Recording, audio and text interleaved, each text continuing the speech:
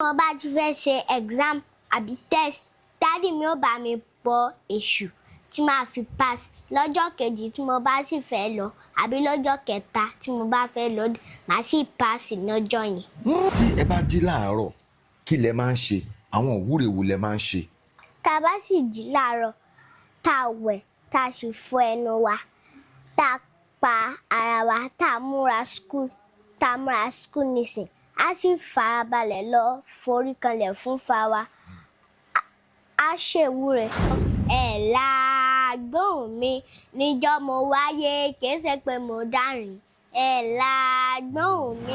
Tí ìgbín bá ṣu afáyà rẹ̀ kó, tí kápá náà bá ṣu afáyà rẹ̀ kó, ẹni dẹrú lẹrú ń tọ́, tẹ́lúlù bá fa òjò yóò fà sórí ra rẹ̀ ni. Orúkọ mi l'Adéyẹmọ Ifamuyiwa. Ojú tá fi ń wọ́ mi ojú yẹn nìfọ́, etí tá fi ń gbá mi etí yẹn nìdí. Tàrùn kó máa gbé ìgbẹ̀wò yìí kí tọwọ́ ta ọmọ kó yá ké sí gbogbo wa.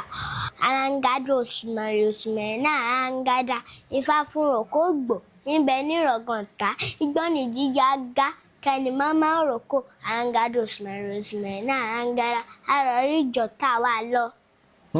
Àṣẹ.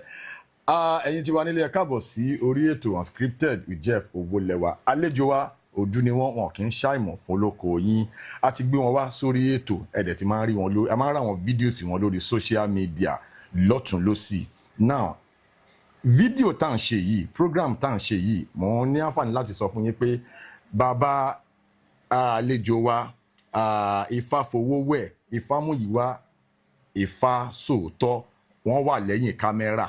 Àwọn ló fún wa ní permission láti bá àlejò wa sọ̀rọ̀ for the second time torí pé Yorùbá sọ wípé tọ́bẹ̀ bá dùn tí àìdùn ọ̀sán lèèyàn mú 12 tọ́sán bá dùn yẹn máa mú gbà. Now fídíò ta kọ́kọ́ ṣe lálàkọ́kọ́ fún wọn ta gbé wọn wá, ọ̀pọ̀lọpọ̀ àwọn èèyàn ni wọ́n bẹ̀rẹ̀ sí ní sọ oríṣiríṣi ọ̀rọ̀ tó ń lù yín ní ọ̀gọ̀ ẹnu ní comment section.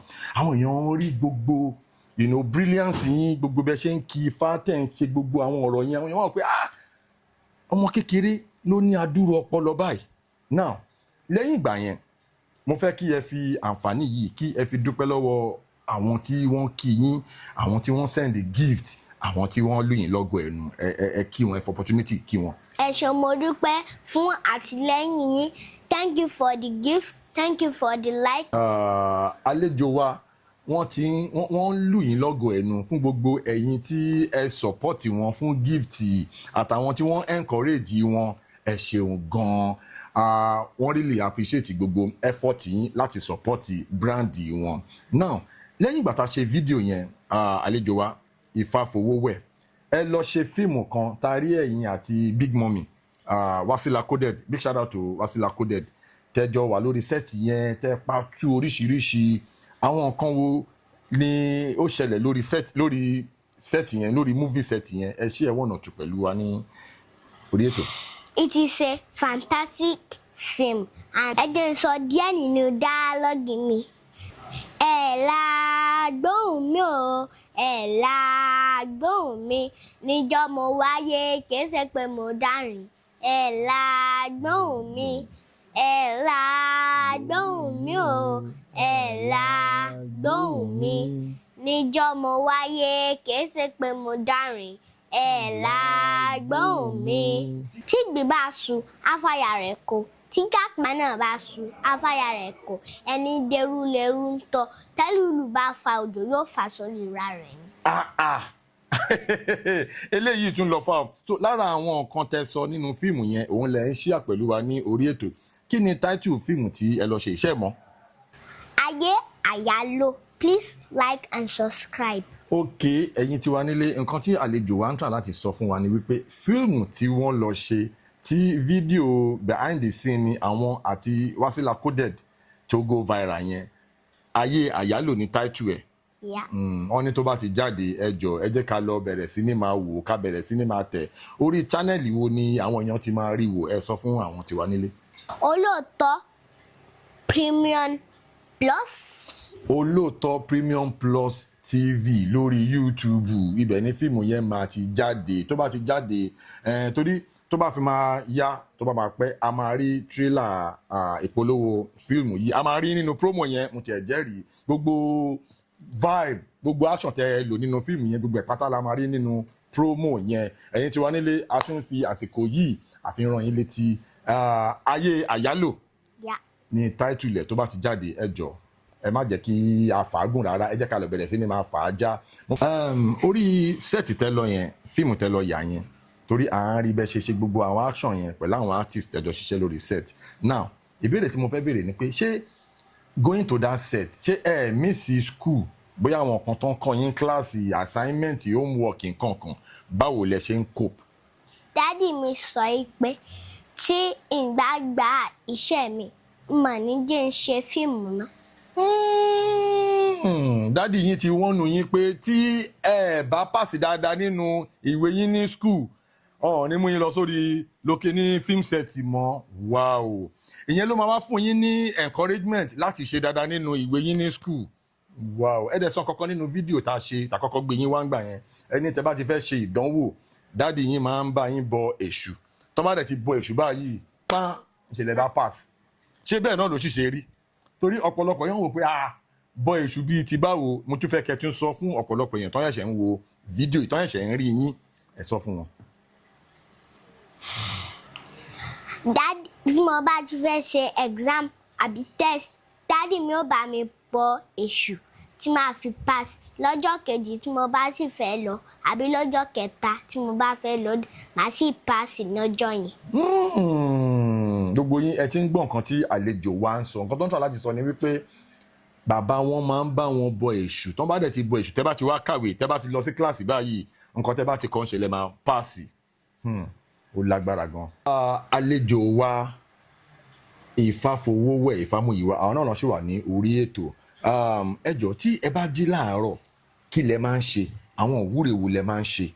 tá a bá sì jí láàárọ̀ tá a wẹ̀ tá a sì fọ ẹnu wa tá a pa ara wa tá a múra school nísìn a sì farabalẹ̀ lọ forí kanlẹ̀ fún fa wa a ṣèwúre àní bọ́ sí ajínigbé a lówó tó pọ̀ ẹ̀mí wógún alálùbáríkà dádì mi ò lówó tó pọ̀ a ṣèwúre ọ̀jẹ̀ dúdú oníbùjẹ Ifá fún pupa yẹmí nínú ayé àtúnṣe yípo iná bá pẹ̀pù jẹ ìwà rẹ̀ sí ìsìròkè.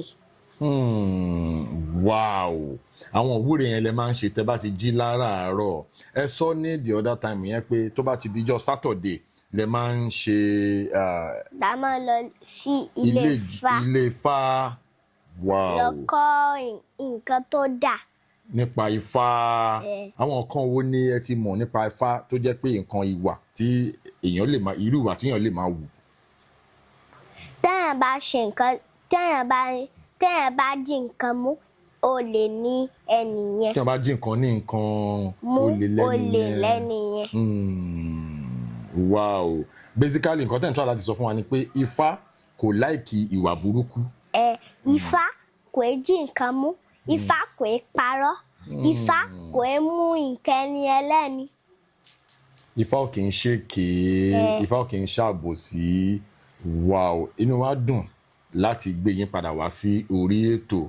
a lè ṣe prógrámù yìí láláì lu àwọn dádì yín ní ọ̀gọ́ ẹnu babaláwo Ifásòótọ́ Adéyẹmọ Ìfáwùnmí ẹ ṣeun gan fún gbogbo akitiyan gbogbo ìtọ́jú tí ẹ ń ṣe lórí àwọn àlejò wa ẹ ṣe gan tí a pè yín lẹ́lẹ̀kejì tí ẹ jẹ́ wa.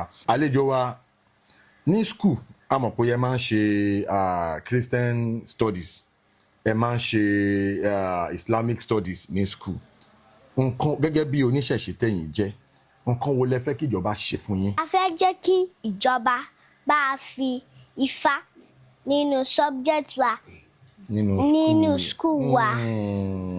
wow mo láìkí ọ̀rọ̀ tí ẹ sọ yìí nǹkan tí àlejò wa ń try láti sọ for a lot of people tí wọn gbọ́ Yorùbá wọ́n ń try láti sọ pé in our educational system we need to begin to include Ifá religion into our school curriculum because we offer Islamic studies we offer Christian studies ní school then. àwọn Christian àbí Muslim máa ṣe Muslim àwọn ọmọ ṣe IRS, Christian máa ń ṣe CRS. so kí ló dé tí a wá ní Ifá as a subject nínú àwọn school curriculum wa? Ẹ jọ̀ọ́ ẹ̀yin ìjọba ẹ bá wa mójútó ọ̀rọ̀ tí àlejò wa yìí sọ, ọ̀rọ̀ ńlá ni, and this is a big clarion call fún àwọn ìjọba wa torí pé ìṣẹ̀ṣe òun làgbà, a lè máa fi ọwọ́ rọ́ ìṣẹ̀ṣe sẹ́yìn as oníṣẹ̀ṣe láti rí wípé ẹni subject tó ń ṣe aṣojú àwọn oníṣẹ̀ṣe nínú àwọn school curriculum wa. Gbogbo wa náà ni a ti gbọ́. Wọ́n ti sọ ọ̀rọ̀ yìí bí wọ́n ṣe ra sọ yẹn, mo mọ̀ pé ó máa ríǹgì bell, ó dẹ̀ máa lọ torí pé tó bá máa di àwọn táìmù kan ó máa wà nínú àkọsílẹ̀ pé ẹnìkan wá sórí ètò IFAFOWOWE Ifamuyiwa Ifasòótọ́ ADEYEMO, wọ́n sọ ọ̀rọ̀ wípé kí àwọn ìjọba jọ kí wọ́n fi ìṣẹ̀ṣe Ifá kí wọ́n fi sínú àwọn school curriculum wa, káyé máa fi ọwọ́ rọ́ ìṣẹ̀ṣe sẹ́yìn. Ẹ kí Ifá kẹfì kí àwọn aráalé káfí. Ó kíyàn ẹ lólùfẹ́ mi, mò ń bọ̀ láìpẹ́. Kẹ̀kẹ́ àwọ̀ kẹ̀kẹ́ gẹ̀gẹ́gẹ́ àwọ̀ gẹ̀gẹ́gẹ́. Ifá forí mọ̀ níkẹ̀, ọmọ àtọ̀run gẹ́gẹ́ wáyé. Ifá mọ̀ kẹ́mi só gẹ́gẹ́ ládìẹ kẹ́yìn. Ó lọ fàáfàá. Ẹ ṣé gan tí ẹ darapọ̀ mọ́ wa ní orí ètò. Ẹ̀yin tí wà nílé àlejò wa IFAFOWOWE Ifamuyiwa ADEYEMO, àwọn náà ni ẹ ti rí, ta tún gbé wọn wá padà ní orí ètò. Ẹ ṣeun gan, thank you for your support all the time. Ọlọ́run á tún ti yín náà ṣe. Ẹ ṣé gan o, ẹ kú dìde lẹ́ẹ̀kan sí. Ó dàbọ̀.